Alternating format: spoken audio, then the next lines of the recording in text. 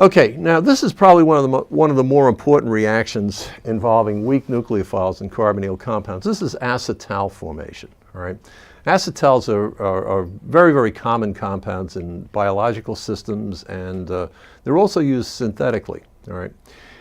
So once again, we're going to be using an alcohol as a nucleophile. So it stands to reason that we're going to have to protonate this oxygen first, because alcohols are weak nucleophiles. All right, so we protonate this, the alcohol comes in, attaches onto the carbonyl. All right, that gives us this. Okay, so now we've got this protonated this protonated form here. So obviously, before we go any further, we're going to have to deprotonate this. So you have some sort of a base coming in. I should have put this in. I should have put in a water molecule here. Pulls this proton off, and now we have this guy here. This is what's known as a hemiacetal. All right. See, we've attached one alcohol unit onto the carbonyl. All right, and we've turned the carbonyl oxygen into an OH. Well, we did that in the first step. Okay.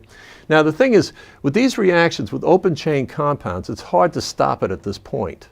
All right. In fact, it's almost impossible to stop it at the hemiacetal. The reaction just keeps going. Later on, when we talk about carbohydrates, you're going to see that we can form stable cyclic hemiacetals, but we'll get to that later on. All right, now the next thing that happens is that since we're working in an acidic medium, we protonate this OH group that we generated, all right, turns it into a water molecule, which is a fantastic leaving group, and that's exactly what it does. It takes off, okay? And this would leave behind a carbocation.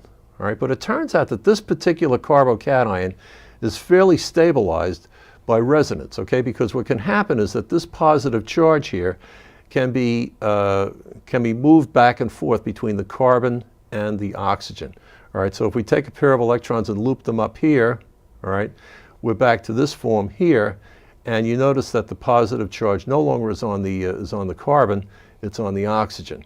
And it turns out that this is actually the more stable form, because in this resonance form, the intermediate has a full octet on all of the atoms. Over here, you notice that we've got an incomplete octet, and that's kind of like the worst case scenario with resonance hybrids. Okay. Anyway, this form here, where you have the positive charge on the carbonyl, this is the active form. All right. What happens is that a second alcohol molecule comes in, hits this, we get this tetrahedral intermediate here, it gets deprotonated, and that leads to our final product. Okay, that leads to our final product, where essentially we've attached two alcohol units onto the, we've attached two alcohols onto the carbonyl, and it's kind of like a diether if you want to look at it that way. One of the things about this that's kind of interesting is you notice that all these steps are reversible. Okay, they're all reversible. So the question comes up, well, how do you get any kind of a decent yield from it? Well, it turns out that with this reaction, the way we get a decent yield out of this is by eliminating water. All right, because one of the products of these reactions, I haven't, it's sort of off the screen over here, is a water molecule. All right, when we do this process here, water gets booted out, and that gives us this intermediate here. All right, if we can remove this water steadily throughout the course of the reaction, what will happen is it'll push the reaction through Le Chatelier's principle, and that's generally the way it's done. All right, you usually use benzene as a solvent. Benzene forms an azeotrope with water, and it will remove it as it distills.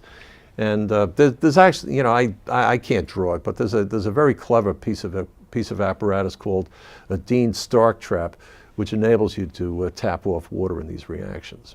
All right, but anyway, this is the basic reaction, and as I said, the reason why it goes to completion, or the reason, the method that we use to force it to go to completion, is by removing this water as it's being kicked out of the carbonyl compound. As I said, these acetals are kind of important because, one of the more important uses of these acetals is that we can use it as a protecting group for carbonyls. All right, so let's say we have a double bond here that we want to reduce, okay, and we've got this carbonyl here. So before we do the reduction, what we would do is we would turn this into an acetal, all right, and then we would do the chemistry on this thing. We could regenerate